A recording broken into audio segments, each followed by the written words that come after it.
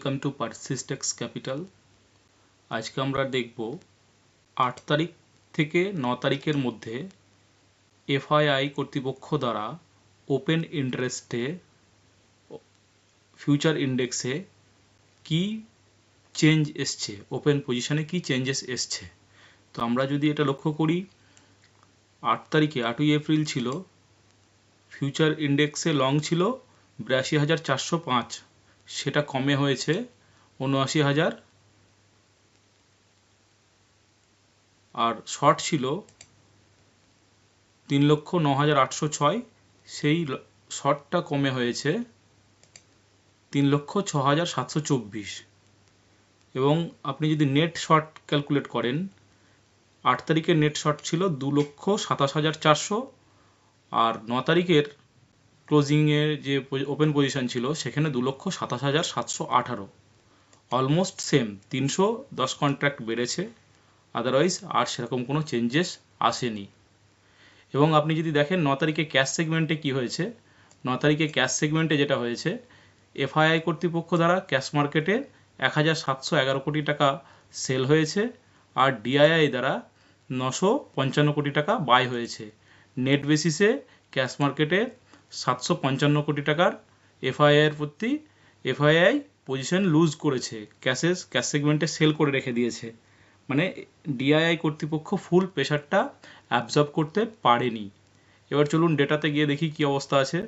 ডেটাতে দেখুন, FI index অপশনের দুদিনের মধ্যে যে চেঞ্জেস এসছে, যে ডেটাগুলো আমি বললাম, 82,405 ছিল শর্টে, লংয়ে ছিল এটা শর্টে ছিল। নেট যে শর্ট ছিল, নেট বেসিসে 2,27,000 শর্ট ছিল। আর 9 তারিখেরও যে ক্লোজিং হলো সেখানেও 2,07,718, ওই 318 কন্ট্রাক্ট বেড়েছে পজিশন, কিন্তু নেট বেসিসে একটা হিউজ পরিমাণ শর্ট রয়েছে। তো net position remains heavy short থাকলো। কনক্লুশন, তাহলে আপনার কি ইন্টারপ্রিটেশন কি হবে? লং এবং শর্ট পজিশন রিডিউস করেছে, মানে হচ্ছে পজিশন আনউইন্ডিং হয়েছে। No aggressive buying or selling, তার মানে কি এই মার্কেটে কোনো রকমভাবে অ্যাগ্রেসিভ বাই অথবা সেল করা চলবে না, কারণ স্মার্ট মানি তাদের পজিশন রিডিউস করছে, তারা না বুলিশ না বিয়ারিশ। আর এইখানেই হচ্ছে আমাদের রিটেল ট্রেডারদের জন্য একটা ট্র্যাপ, যেখানে রিটেল ট্রেডাররা সব থেকে বেশি লস করে, কারণ তারা ফেক ব্রেকআউট আর ফেক ব্রেকডাউনের শিকার হবে। ফলস ব্রেকআউট দেবে মার্কেটে, ফলস ব্রেকডাউন দেবে, এবং এইখানে তারা অ্যাগ্রেসিভলি ট্রেড করতে গিয়ে নিজেদের পজিশনটাকে লস করে বসে থাকবে। সেই জন্য বারবার অনুরোধ করব যে এই রকমের মার্কেটে অ্যাগ্রেসিভলি ট্রেড করবেন না, ওয়েট করুন, কনফার্মেশন না আসা পর্যন্ত কোনো কিছু করবেন না। মার্কেট যদি ক্লিয়ার না হয় তাহলে ট্রেডও ক্লিয়ার হওয়া উচিত না, আপনার পজিশন আপনি এন্ট্রি ক্লিয়ারলি নেবেন না।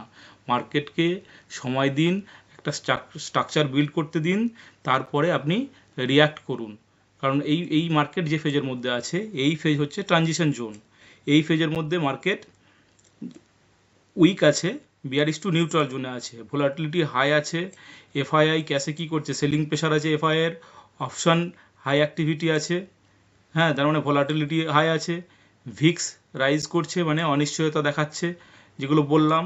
ফলস ব্রেকআউট ব্রেকডাউন দিতে পারে, সাডেন রিভার্সাল আসতে পারে, একটা রেঞ্জ বাউন্ড মার্কেটের মধ্যে যেগুলো হয় সেগুলো হবে। সেই জন্য রিটেল ট্রেডারদের জন্য অ্যাডভাইস বলবো না, রিটেল ট্রেডারদের করা উচিত সেগুলো হচ্ছে অ্যাগ্রেসিভলি ট্রেড অ্যাভয়েড করা, কনফার্মেশন পেলে তবে কাজ করুন, আপনার যে সেট আপ আছে সেই স্ট্রাকচার আসলে সেই স্ট্রাকচার ফলো করলে তবে রিয়াক্ট করুন, অন্যথায় করবেন না। কারণ এটা মনে রাখতে হবেন, যেটা মাথায় রাখবেন, আপনার যা ক্যাপিটাল সেটাকে প্রোটেক্ট করাই হবে আপনার নাম্বার 1 প্রায়োরিটি। কেন কি স্মার্ট মানি যখন পজিশন রিডিউস করছে, মার্কেট তখন নেক্সট মুভের জন্য প্রিপেয়ার হয়। এবার যতক্ষণ না নেক্সট মুভটা ক্লিয়ার হচ্ছে ততক্ষণ পর্যন্ত আপনি অ্যানোমালাসলি এন্ট্রি নেবেন না, ওয়েট করুন। আপনার ক্লিয়ার ডাইরেকশন পেলে, আপনার সেট আপ আসলে তবে রিয়াক্ট করুন, অন্যথায় মার্কেট থেকে দূরে থাকুন। প্রোটেক্ট করুন ক্যাপিটালকে, মার্কেটকে অবজার্ভ করুন, নিজের অ্যানালিসিস করুন, তারপরে রিয়াক্ট করুন। Thank you.